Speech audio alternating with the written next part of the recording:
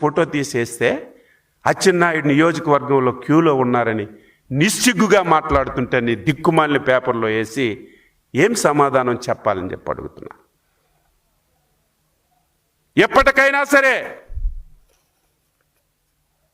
రైతులందరికీ కోరుతున్నాను, ఎవ్వరూ ఆందోళన చెందవలసినటువంటి అవసరం లేదు. సఫిషియెంట్గా ఎరువులు ఉన్నాయి, మీరు దయ ఉంచి ఎంత అవసరమో అంతే వాడండి. ఇచ్చే బాధ్యత మేము తీసుకుంటాం. కొంతమంది ఆందోళన చెంది రేపు రబీకి కూడా ఇప్పుడే తీసుకెళ్ళి నిల్వ చేసుకుంటున్నారు. తప్పు పట్టడం లేదు, వాళ్ళ ఆందోళనలు ఉంది, వాళ్ళకు కూడా కోరుతున్నాం. ఇక నుంచి ముఖ్యమంత్రి గారు స్పష్టంగా ఆదేశాలు ఇచ్చారు.